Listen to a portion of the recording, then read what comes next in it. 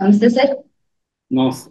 Sir, ఖమ్మ సంఘంలో కొంతమంది వచ్చి లేఖ రాశారు సీఎం రేవంత్ రెడ్డికి. సడన్ గా ఈ లేఖ రాయడం ఏంటి? ఆ లేఖలో ఏం పేర్కొన్నారు? అంటే ఆ, వ్యతిరేకంగా పేర్కొన్నారా, లేకపోతే పాజిటివ్ గా పేర్కొన్నారా? అసలు ఏమని రాశారు? ఏం లేఖ రాశారు మీ మాటలో?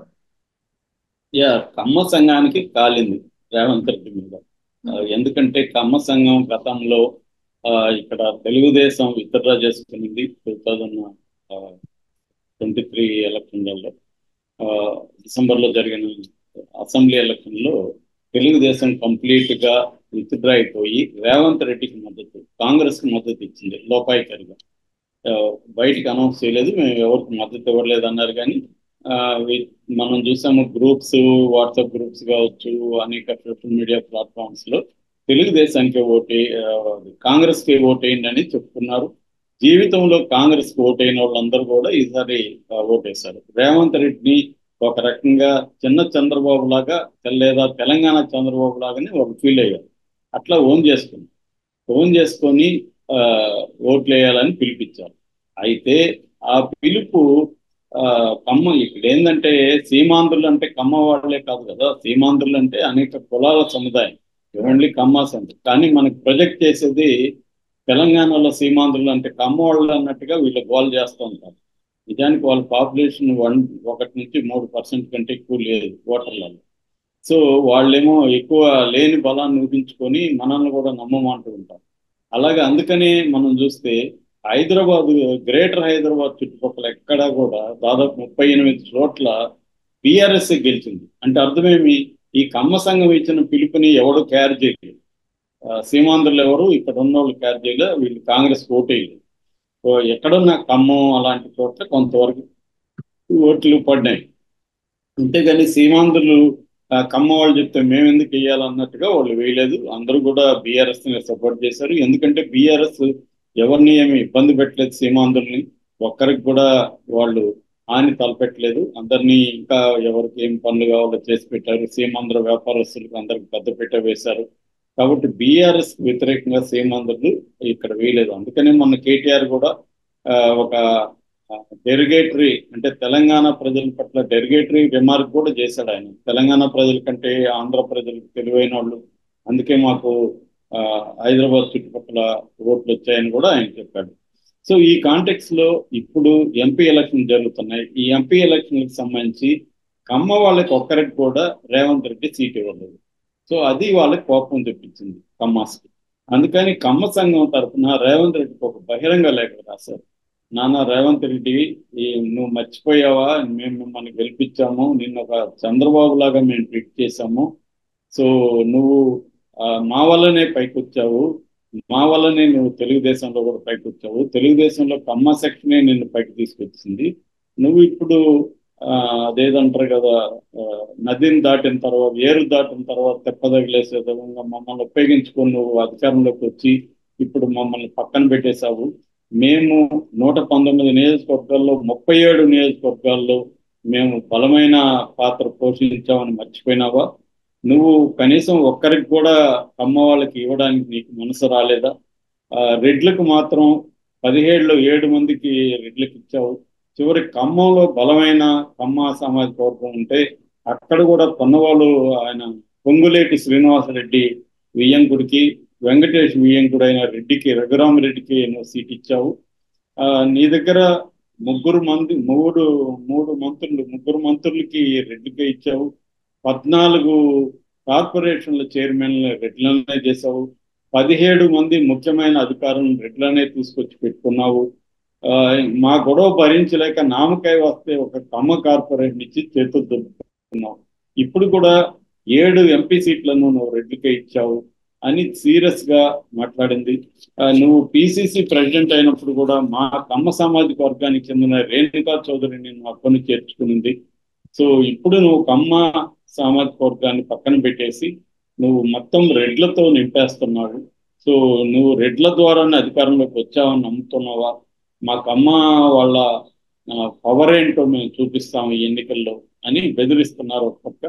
రెండో పక్క నిన్న కూడా నేను వేరే వాళ్ళతో మాట్లాడుతూ వాళ్ళు ఏమంటున్నారంటే రేవంత్ రెడ్డిని డిసోన్ చేసుకుంటుంది కమ్మ సంఘము. ఎందుకంటే ఇతను అధికారంలోకి వచ్చినాక మాకేం చేయట్లేదు అనేది వీళ్ళు అంటున్నారు.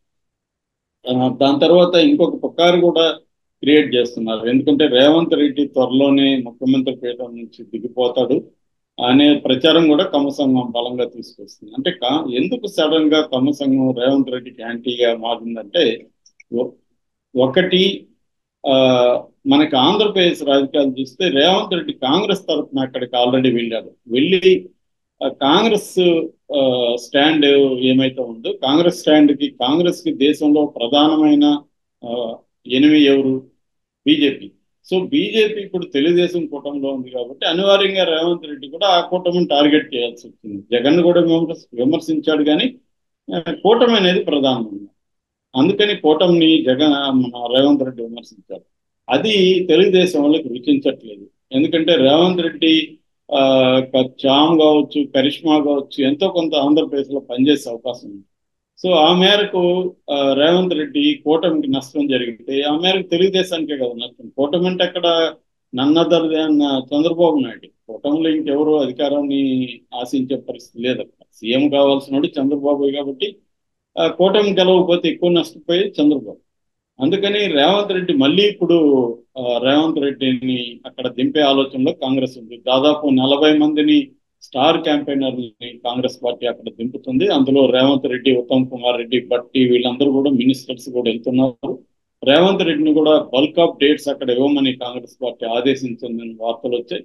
ఈ నేపథ్యంలో రేవంత్ రెడ్డిని బెదిరిస్తున్నట్టుగా మనం అర్థం చేసుకోవచ్చు. దీని వెనుక కమ్మ సంఘం వెనుక తెలుగుదేశం ఉందని మనం అర్థం చేసుకోవచ్చు. ఎందుకంటే రేవంత్ రెడ్డి ఆంధ్రాలోకి వెళ్ళి చంద్రబాబుకు వ్యతిరేకంగా క్యాంపెయిన్ చేస్తే మేమిక్కడ నిన్ను ఓడిస్తాము అన్న ఒక థ్రెట్ ని కమ్మ సంఘం డైరెక్ట్ గానే రేవంత్ రెడ్డికి ఇచ్చినట్టుగా మనకు అర్థమవుతుంది. లేకపోతే వాళ్ళకేమీ అవసరం లేదు. నిజానికి వాళ్ళు కమ్మ సంఘం వాళ్ళు ఆ, రేవంత్ రెడ్డిని గెలిపించిన పరిస్థితి కూడా ఏం లేదు ఇక్కడ. కానీ ఇక్కడ ఎందుకు బెదిరిస్తున్నారంటే ఎంతో కొంత మేము ఇన్ఫ్లుయెన్స్ చేయగలుగుతాం కాబట్టి నువ్వు చూసుకో, అక్కడికి పోయినప్పుడు నువ్వు ఒళ్ళు జాగ్రత్తగా పెట్టుకొని మాట్లాడు, లేదంటే మాత్రం నిన్ను ఇక్కడ ఓడిస్తాం అని ఒక థ్రెట్ ని రేవంత్ రెడ్డికి ఇస్తున్నట్టుగా మనకి అర్థమవుతుంది కమ్మ సంఘం.